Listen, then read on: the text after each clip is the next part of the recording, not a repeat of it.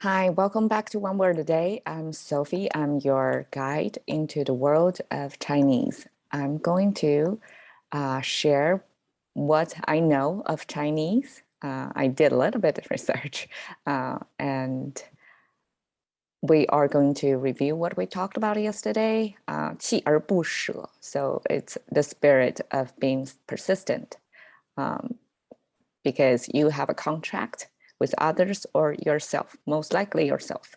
And then you're not going to rescind, not going to give up or nullify the contract. So that's the meaning of 锲而不舍. So we're going to continue with the word 锲. Yesterday we talked about its contract. So it has this character big, kind of starfish looking character. That means big.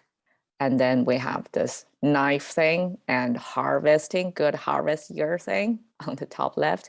So the whole thing somehow means a contract. And 约, okay, full word, 契约精神. So we had a 契 yesterday, right? 约, it's another way of expressing contract. It's a binding. It's more like a binding thing. Why? Because on the left, is the meaning maker about something related to textile, something tangling, right? So that's the binding meaning comes from. And then on the right side is the sound maker. So you have the contract, kind of like a by word or by practice. It means you are entering into this contract. And then you have this binding, this confinement, like once you sign up with something, you have certain rules, conditions you have to follow, right? So the whole thing, 契约 means you come into agreement into something, you made it, you have the, I don't know, like a legal, almost a legal obligation to carry it out. 精神, 精 we came across before a little bit, review. It came from the rice, the grains character, and the right side is the sound, but it means processed grains. So it's not anything that's directly from the field. It's already processed to get you the finer part of it and discard whatever not needed. So that in nutrition terms, like if this is processed, it's probably bad. But in the other meanings, it means the essence of things that are considered useful or essential to you, rather than the noises, the things that are less important. You're going to discard the other stuff and left with the gist of things, the essentials of things. So that's 精. And yes, I mean, in English, we have essence oil, right? That's kind of well-being, well-care, I mean, wellness, one of the services in the wellness industry. So it's essence oil. So that is what we're going to use over there, essence oil. 精油, so it is 精, and with the 油 is the oil. Okay, so that's 精. 神, 神, wow, this word, I put it here of the original meaning. I probably need to spend a little time talk about 神. What is 神? Because China, at least the contemporary China I came from, is a godless land, right? It's under one ideology, and anything else is not encouraged, not talked about. It's more like underground. I remember when I was little, I have only one encounter with a Christian guy who bought my music instrument. It's kind of like a keyboard thing from me, and he is a Christian, and it's kind of hushed, like he doesn't want to identify himself like on the outside world, but because we have this transaction, so he has to tell us who he is, what he used the instrument for. So because there are worshippers and prayers and I guess gatherings, like a hush gatherings, that they are going to play music, to go to sing, to praise the god. So that's most of the civil lives are not, like, nothing to do with God, but we do have this character, and this character.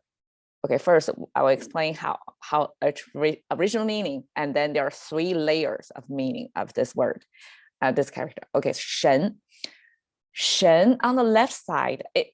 Both sides are meaning maker. Well, you can say the right side is sound maker, because now the right side by itself, it means Shen, a sound, Shen. So it could be a sound maker.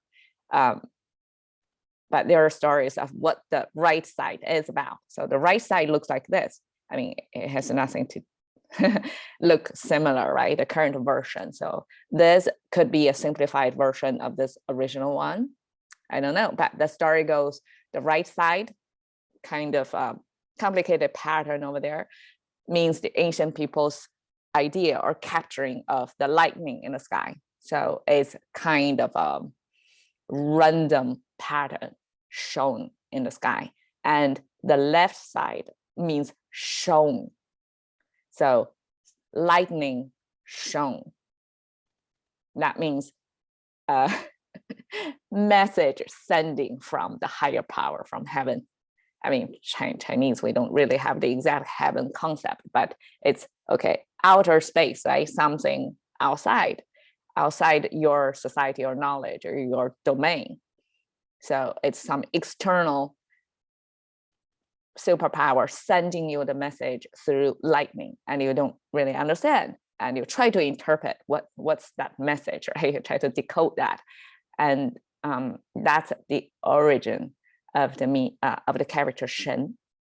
So the 3 layers of Shen is, one is, it could be that we do, like when we try to translate Bible into Chinese, it would be the God, the creator of the universe. So that's the first layer. Second layer would be, Chinese culture, we are worshippers. If we don't have a God figure, we do have kind of like a father figure. Some statue also in our temple, right? Besides Buddha, that's Buddhism. But we do have worship of our ancestors. So ancestor worshiping is like somebody who in your bloodline who had some big achievement, like for generations to admire, right? So then the grandsons, great-grandsons, or children are going to worship this ancestor. And because probably the ancestor established lives for many generations to come, so they kind of have to pay tribute to the ancestor. So normally there would be ancestor drawing, kind of like a portrait. It's also different from the Western drawing, so you can only see the a representation. It's not a real, even proportional. I mean, it's a flat, a 2D image, right? And then, so that's worship. So it could be like somebody in your bloodline, or it could be your spiritual bloodline lineage, like whoever you admire so much, that's going to be considered, very knowledgeable, well-respected ancestor, people who passed away before. And sometimes that person may show up in your dreams, kind of influence you, send you a message, kind of like the creator, like send you a message on the sky. They send you the message through dreams. So that's the second type of Shen. And it could be Shen. Well, in Chinese, Shen sometimes, and the ghost, they're kind of out there, that the concept, we do have another concept character for ghost, but Shen could also come in a phantom kind of form to send you the message. Okay, and the third one is simply within ourselves. The most direct one would be attention, like your attention, where your consciousness, like normally we probably point this as your consciousness center point, your focal point. That will be I translate it as so, but it's like what's within you, like where you direct your attention or intention to. That's your own shen. So we have 3 layers, right? Two are above you, 1 is within you. So that's our shen. And 契约精神 altogether, it's actually a Western concept, because probably in ancient times, we don't really use 精 and 神 together. It sounds contemporary to me. So 精神 simply means the